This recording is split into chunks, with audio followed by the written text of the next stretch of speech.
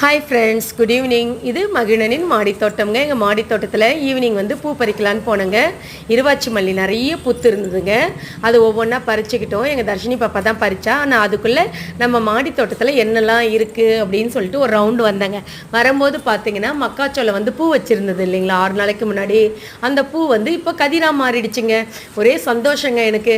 இந்த பாருங்கள், இந்த கதிர் நல்லா வந்திருக்கு பாருங்கள், மக்காச்சோளம் கதிர். ஆனால் நான் ஒரு தொட்டியில் 2 போட்டிருக்கேங்க. ஒரு விதை தான் போடணும்.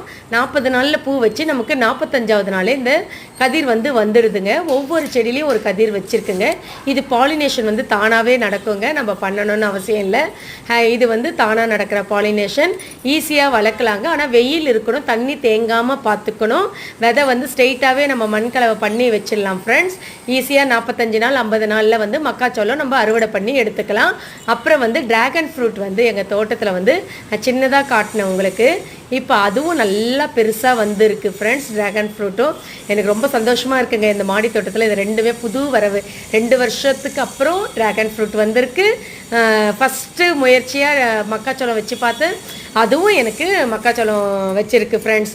என்னோட மகிழ்ச்சியை உங்ககிட்ட பகிர்ந்துக்கிட்டேன் ஃப்ரெண்ட்ஸ். ஓகே ஃப்ரெண்ட்ஸ், பாய், தேங்க்யூ.